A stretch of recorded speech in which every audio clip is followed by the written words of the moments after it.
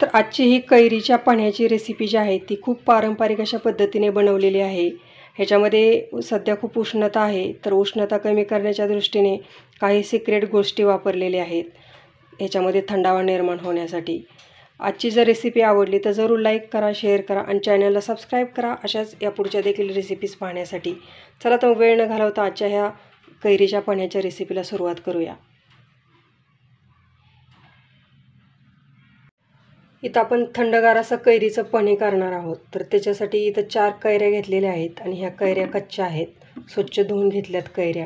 आता ह्याच्यावरची आपण साल जी आहे ती काढून घेऊ प्रथम। आता हे थंडगार असं कैरीचं पन्हं आपण करणार आहोत, तर त्याच्यावरची अशी प्रथम जी आहे ती वरची साल काढून घेऊ आपण ह्या कैऱ्यांवरची। अशी मी सर्व कैऱ्यांवरची साल काढून घेणार आहे। पटकन निघली जाते साल, पिलरने अशी साल काढून घ्यावी। आता इथं माझ्या 4 कैऱ्या ज्या आहेत त्याच्यावरची साल वगैरे मी काढून घेतलेली आहे। आता ह्याच्यापासून आपण हे पन्हे जे आहे ते तयार करणार आहोत।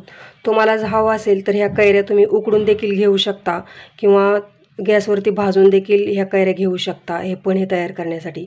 पण आमच्याकडे कच्च्या कैऱ्याचंच पन्हे आवडतं, त्याच्यामुळे मी ह्या कैऱ्यात कच्च्या खिसून घेणार आहे आणि याच्यामध्ये काही आपल्या थंडगार जे आहे ते पन्हे तयार करण्यासाठी काही सिक्रेट गोष्टी देखील वापरणार आहे आणि याच्यापासून आपण पन्हे तयार करणार आहोत। आता ह्या प्रथम आपण खिसून घेऊ चांगल्या कैऱ्या। आता अशा प्रकारची खिसणी घ्यावी आणि ह्या कैऱ्या ज्या आहेत ते सर्व चांगले खिसून घ्यावे। या पद्धतीने केलेलं पन्हं खूप छान चवीला लागतं कच्च्या कैऱ्यापासून बनवलेलं।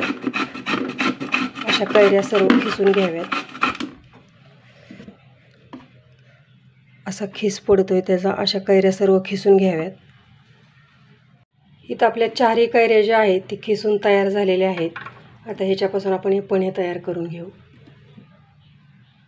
आता इथं मी हा मिक्सरचा जार घेतलेला आहे आणि आपण खिसलेला जो आंबा आहे कैरीचा खिस तो जारमध्ये टाकून घ्यावा।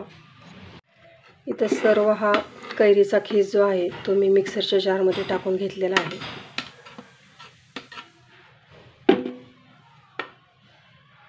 इथं आपला सर्व कैऱ्यांचा खिस जो आहे तो इथं मिक्सरच्या जारमध्ये मी ट्रान्सफर केलेला आहे आणि थोडासा गर जो आहे तो मी या वाटीमध्ये काढून घेतलेला आहे। आता याच्यामध्ये टाकणार आहोत आपण गूळ। चवीनुसार याच्यामध्ये थोडासा गूळ टाकून घ्यावा। तुम्हाला हवं असेल तर तुम्ही साखर देखील टाकू शकता, पण उन्हाळ्यामध्ये गूळ जो आहे तो खूप आपल्याला थंडावा देणारा असतो, उष्णता देखील कमी होते, त्याच्यामुळे गूळ टाकलेला आहे। तसं इथं मी ही घेतलेली आहे खडीसाखर। खडीसाखर देखील उष्णतेसाठी खूप आपल्याला आरोग्यदायी असते, उष्णता आपल्या शरीरातली कमी करते, म्हणून ह्याच्यामध्ये टाकली थोडीशी खडीसाखर। त्याच्यानंतर ह्याच्यामध्ये टाकले जिरेपूड, हे छोटे 2 चमचे।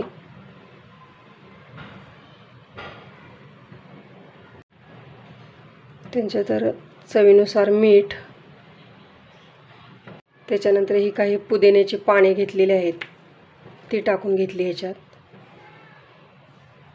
त्याच्यानंतर ह्याच्यामध्ये टाकलं थंडगार पाणी 1 ग्लास। आता याच्यामध्ये टाकू आपण काही आईस क्यूब। त्याच्यानंतर ही थोडीशी वेलची आणि जायफळची पूड घेतलेली आहे ती टाकून घेतली। हे सर्व मिश्रण मिक्स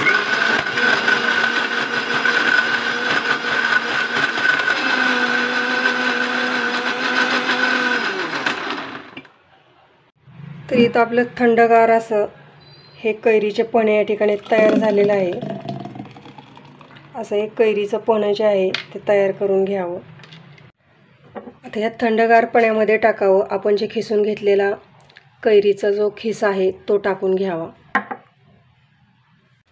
आता ह्या पन्ह्यामध्ये कैरीचा खिस जो आहे तो आपण कच्च्या कैरीचा खिस टाकला, कारण हे पन्हे पिते वेळेस त्याची चव खूप छान येते आपल्या तोंडामध्ये, म्हणून ह्याच्यामध्ये थोडासा कैरीचा खिस खिसून टाकलेला आहे। आता ह्याच्यामध्ये टाकू आपण फ्रेश अशी पुदिन्याची पाने। त्याच्यानंतर ह्याच्यामध्ये टाकू आपण आईस क्यूब आणि पारंपरिक पद्धतीने आपलं हे थंडगार असं पन्हं जे आहे ते या ठिकाणी तयार झालेलं आहे। रेसिपी कशी वाटली ती जरूर कमेंटमध्ये सांगा. आवडली असेल तर लाईक करा, शेअर करा आणि चॅनलला सबस्क्राईब करा या पुढच्या देखील अशा छान छान रेसिपीज पाहण्यासाठी. आणि कमेंट करा रेसिपीबद्दल. आता हे कैरीचे पन्हे सर्व करते वेळी ग्लासमध्ये ओतून घ्यावं. तुम्हाला जर हवं असेल तर तुम्ही हे गाळून देखील याच्यामध्ये पाणी टाकून गाळू शकता आणि सर्व करू शकता. आता याच्यामध्ये टाकावं थोडंसं थंड पाणी टाकून घ्यावं. तुम्हाला किती पातळ हवं आहे तेवढ्या प्रमाणात पाणी टाकावं थंड. आता याच्यामध्ये टाकावे थोडे थोडे आईस क्यूब टाकल्यानंतर आपलं हे कैरीचे पण एकदम थंडगार असं तयार होतं.